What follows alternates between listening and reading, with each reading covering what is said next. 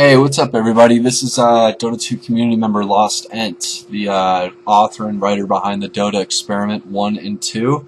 And today I'm just going to be a little transparent and offer some results from the Dota Experiment 2 because I haven't really gotten back to people about that and I feel like that's a little sketchy.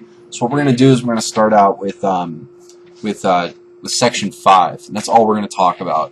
And I want to make a little point about the Dota Experiment 1 and 2. Dota Experiment 1 was run when there was a closed beta community for Dota 2. That meant a community population of roughly 50,000 users, very slim. And for my study, I got a sample size of 1,200 users, and that's big. So thank you to those who participated in that. For the Dota Experiment 2, that was a study about the open beta community. And for that, I had a sample size of 3,600 users or so. And that was huge. Now, with the Dota Experiment 3 coming up, we have like, what, 7 million users? So I'm hoping to get a big sample size, so please share it with your friends. Anyway, on to the point of this video. We're going to be talking about heroes. And to do this, we're going to be using Section 5 from the Dota Experiment 2, starting with Part 5A, Favorite Heroes. So, after people took the Dota Experiment 2, their top 10 favorite heroes were Rubik, Invoker, Windranger, Pudge, Storm Spirit, Puck, Nature's Prophet, Kunkka, Shadow Fiend, and Timbersaw. And compared to the year before it, we can see that the favorite heroes, Rubik, Invoker, Windrunner, Pudge, Storm Spirit, and Nature's Prophet, all made a return. So yay! Those are some of the community's favorite heroes. That's kind of cool to know. Let's keep that in the back of our minds. So, all you artists out there, cosmetic creators, those are popular heroes, but no reason to make less popular heroes more cool. Anyway, this section also features a very fancy interview with community icon Cyborg Matt. I suggest everyone to check that out when you can access the book itself, but for now it is closed in preparation for the Dota Experiment 3. Next, we're going to talk about least favorite heroes. Now, these are the heroes that were rated by the community to be their least favorite.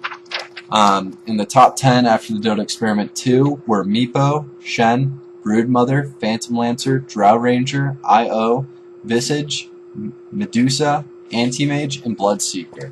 Now, if we compare that to last year, we can see that Shen, Anti-Mage, and Bloodseeker have made their return as least favorite heroes. Shen, Anti-Mage, and Bloodseeker. Three very different heroes, but understandably why they would be considered the least favorite. Let me make sure I got that right. Anti-Mage to me has gotten a lot cooler over the years. I think it's because he was a little OP back then, but whatever, that's not me to decide. This section has an community interview with Denki. By the way, every section in the book has a community interview, and they're pretty snazzy. Now moving on to Part 5C, Overpowered Heroes. Overpowered heroes this year were rated as Phantom Lancer, Naix, Lifestealer, Treant Protector, Huskar, Bat Rider, I.O., Neeks Assassin, Gyrocopter, Spirit Breaker, and Troll Warlord.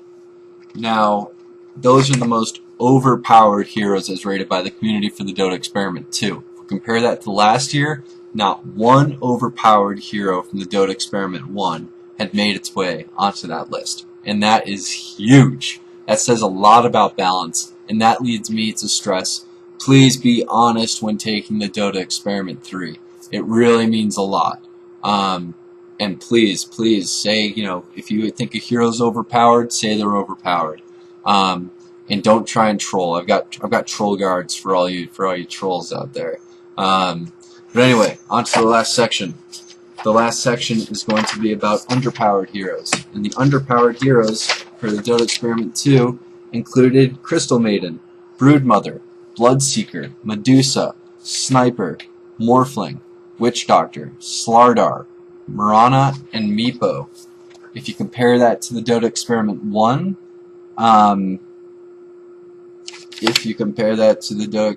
1, Crystal Maiden,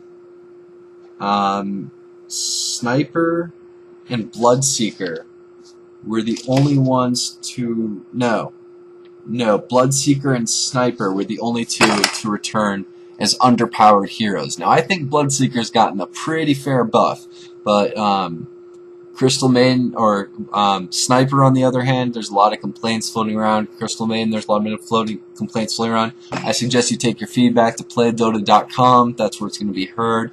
Take it to the Dota 2 Reddit. Take it to Join Dota. Take it to the dev forums, wherever you got to go. Anyway, the Dota Experiment 3 coming out this summer. And thank you for watching. I hope you found it somewhat educational. I wish I could give you more information, but I can't. That would jeopardize the entirety of the study. So the final chapter coming this summer.